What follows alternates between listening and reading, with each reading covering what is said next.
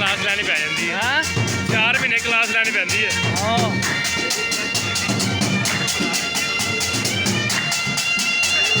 ਫਿਰ ਦੋ ਅਨਪੜ੍ਹ ਵਾਲੀ ਕਾਪੀਆਂ ਨਹੀਂ ਚਾਹੀਦੀਆਂ ਸੀ।